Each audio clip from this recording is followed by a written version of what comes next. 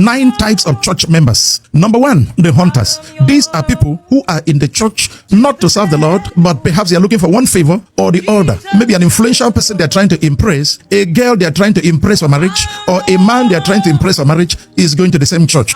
And they fall under this category, the hunter or the hunters. In John chapter 6, verse 26 and 27, Jesus said at the point, he said to those who were following him, he said, you're not following me because of the miracle, you're following me because of the bread. Labor not for the things which perish, but for the things which will not perish. Number 2, the wounded. These are people who have been wounded either by church members or one person or the other, and they sit down in the church. They are still there, but they become merchants of the hate. They become reservoirs of discouragement, discouraging every other person because of their past experience. The way out is to let go and allow God. Number 3, the serious members. These are people who may not be perfect, but they are working daily, to grow into the image of Christ. This group of people are priceless in any church. They are under pastoral authority. They do their best, within their capacity to ensure that Jesus is glorified. Number 4, the uncommitted. These are people who are very uncommitted to the vision of the church, to their own personal goals. They choose to do whatever they like, how they like, no matter the announcement that is repeatedly mentioned over the pulpit. For instance, everybody, please, by 6 p.m. we shall gather to do this or to do that. They have already chosen that for them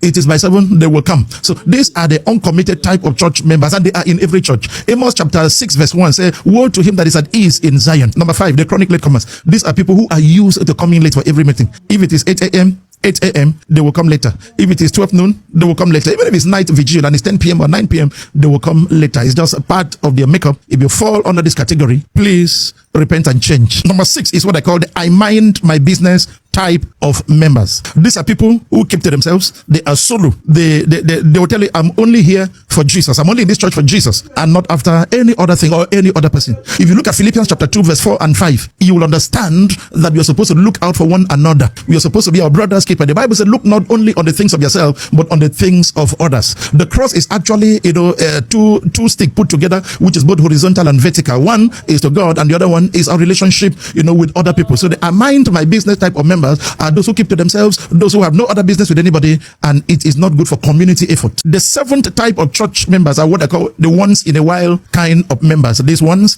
go to church once in a long while. I once met a man who told me that he goes to church only 3 times in a year. Number 1, 31st night at Easter, and maybe if it's chance during 25th